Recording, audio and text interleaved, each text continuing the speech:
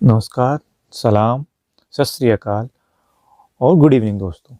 तो आज का वीडियो हमारे क्रांतिकारी भाइयों के ऊपर है, जिसमें ये बताया गया है कि आज़ादी मिली तो किन की वजह से मिली। क्या हमें नेहरू गांधी के प्रयासों से आज़ादी मिली, या फिर चंद्रशेखर आज़ाद, भगत सिंह, या फिर सुभाष चंद्र बोस की आज़ाद हिंद फौज की वजह से हमें आज़ादी मिली। आपका क्या विचार है, ये मुझे कमेंट में ज़रूर बताइएगा। चलिए वीडियो देखते हैं, फिर इस पर हम कमेंट करेंगे।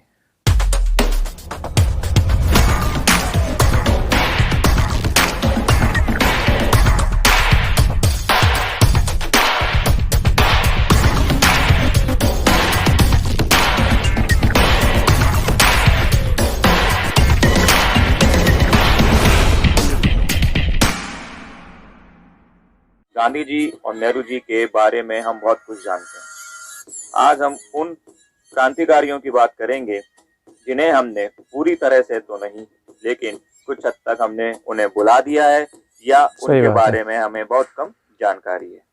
मुझे माफ करना दोस्तों, मैं सबके बारे में बात नहीं कर पाऊंगा। मैं आज सिर्फ भगत सिंह, चंद्रशेखर आजाद और सुभाष चंद्र बोस के बारे में बात करूंगा।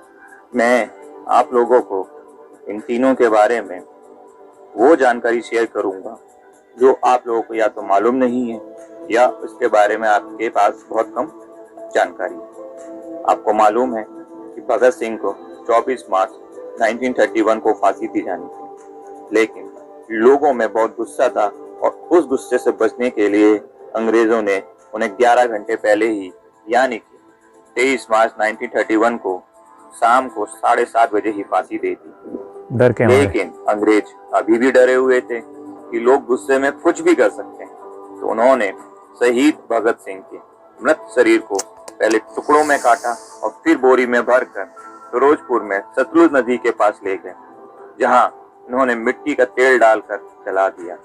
लेकिन पास के गांव वालों के आ जाने के कारण उन्होंने भगत सिंह के अध जले मृत शरीर को ऐसे ही सतलुज नदी में फेंक कर भाग गए।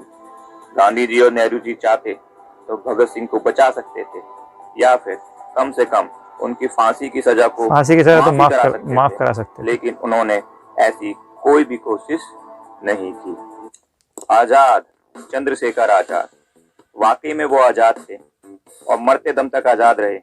उनकी वीर गति भी एक रहस्य है।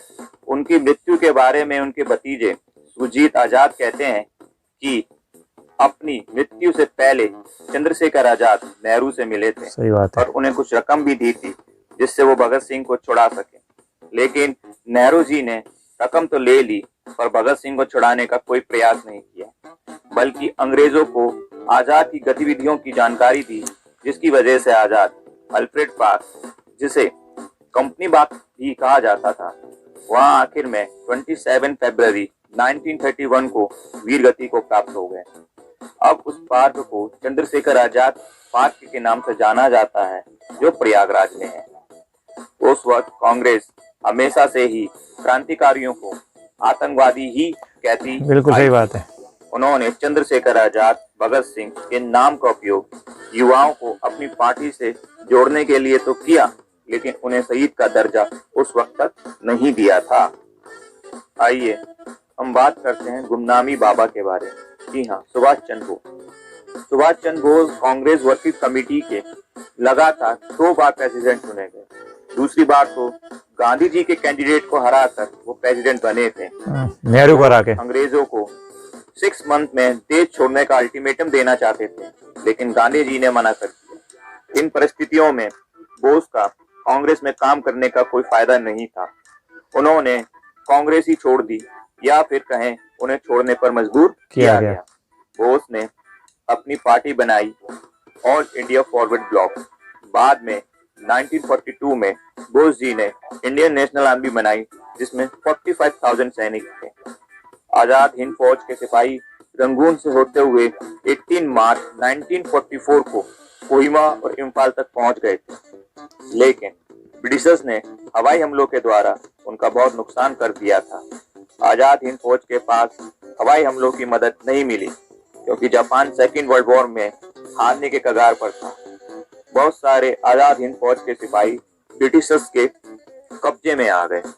क्या आपको भी लगता है कि हमें आज़ादी बिना खड़क बिना ढाल के मिल गई थी, यानी कि गांधी जी और नेहरू जी के प्रयासों से मिली थी? नहीं जी। नीचे कमेंट में जरूर लिखिएगा। इस बात का पता हमें 1956 में former British prime minister Richard Attlee Clement और वेस्ट बंगाल के गवर्नर जस्टिस पी चक्रवर्ती की बातचीत से पता चलता है। जब रिचर्ड एटली से चक्रवर्ती जी पूछते हैं कि जब आप सेकेंड वर्ल्ड वॉर में जीत चुके थे और कांग्रेस का भारत छोड़ो आंदोलन धीमा सही पड़ बात चुका है, था, बिल्कुल सही बात फिर है, आपने भारत क्यों छोड़ा? इस पर एटली का जवाब था, हमने भारत आजाद हिंद फौज की डर की वजह से छोड़ा था। सही। तब चक्रवर्ती का दूसरा प्रश्न था कि भारत छोड़ने के फैसले पर कांग्रेस या गांधी जी का कितना योगदान था? तब एटली जी एक कुटिल मुस्कान के साथ जवाब देते हैं, मिनिमम, यानी कि 9 के बराबर। आइए मैं आपको समझाता हूँ कि अंग्रेजों ने भारत क्यों छोड़ा। फर्स्ट वर्ल्ड वॉर में गांधी जी के कहने पर 15 लाख भारतीय सैनिक अंग्रेजों की तरफ से लड़ रहे थे। उसी प्रकार सेकेंड वर्ल्ड वॉर में गांधी जी के कहने पर फिर 25 लाख भारतीय सैनिक अंग्रेजों की तरफ से लड़ रहे थे।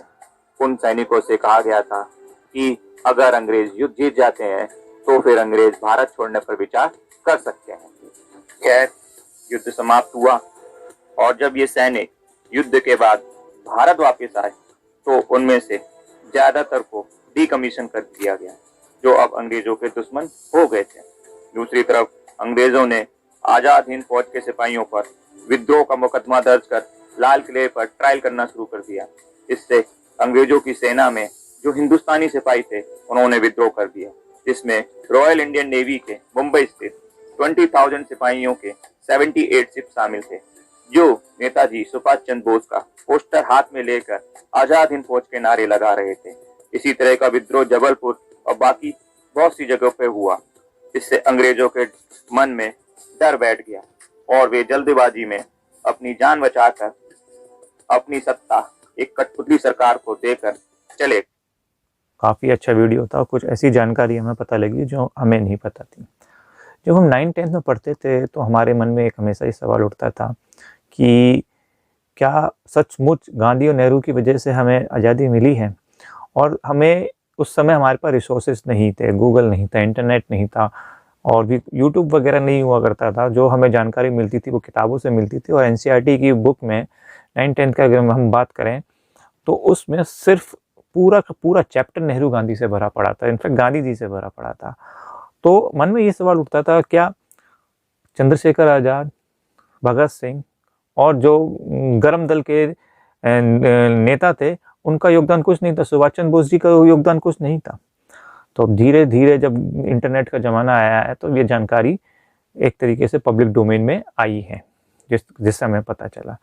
और दूसरा सवाल ये था कि ये भी फैक्ट है कि इंडियन नेवी में रिवॉल्ट हुआ था जिसकी वजह से अंग्रेज डर गए थे और उन्होंने first world war, second world war में जो भारतीय सिपाही है उनकी बहादुरी उन्होंने देखी थी कि किस तरीके से ये बहादुरी से लड़ते हैं। तो उन्होंने जानबूझकर, जो उस समय सेकेंड वर्ल्ड वॉर के बाद अगर हम कहें तो 25 लाख की फौज थी ब्रिटिशर्स के पास इंडिया में, आप कह सकते हैं इंडियन फौजियों की, उसको घटाकर काफ़ी कम कर दिया गया। तो ये सोची समझी रणनीति थी। उनको ये डर था कि अगर हमने इनको कम नहीं किया तो ये फौज ही हमें कुचल देगी। वो डर सही साबित हुआ। जब रिवॉल्ट्स होने शुरू हुए तो उनकी पैंट ढीली होनी शुरू हो गई, तो वो जल्दीबाजी में सत्ता जो है एक कठपुतली सरकार के को दे के चले गए। ये भी फैक्टर। दूसरी चीज़ कि आप देखिए, भगत सिंह का जो परिवार था वो गुमनामी में रहा। जब मनोज कुमार ने भगत सिंह आज़ाद क्या कहते हैं शहीद आजम भगत सिंह बनाई, तब वो लेके गए लाल बहादुर शास्त्री से, तब उन्हें मिलवाया। तब लाल बहादुर शास्त्री को पता लगा कि भाई भगत सिंह का परिवार जो है इतनी गुमनामी में रह रहा है। तब उन्होंने उनको पैसा ऑफर करने की कोशिश करी थी तो उन्होंने मना कर दिया था, उनके परिवार ने मना कर दिया था। और इसी तरीके से चंद्रशेखर आज़ाद के जो परिवार वाले वो एलिगेशन लगाते रहे हैं कांग्रेस के ऊपर, और सुभाष चंद्र बोस के परिवार वाले भी एलिगेशन लगाते रहे हैं। तो कहीं ना कहीं कुछ तो सच्चाई है कि ऐसा क्यों है कि उनको वो शोहरत या कह सकते हैं उनको वो रुतबा नहीं मिला जो गांधी नेहरू परिवार को मिला है। तो दोस्तों आज के लिए इतना ही, और 26 जनवरी यानी रिपब्लिक डे गणतंत्र दिवस की आपको हार्दिक बधाई। फिर मिलेंगे एक नए वीडियो के साथ, और कमेंट में ज़रूर बताइएगा आपको ये वीडियो कैसा लगा। तब के लिए जय हिंद, जय माँ भारती, नमस्कार दोस्तों।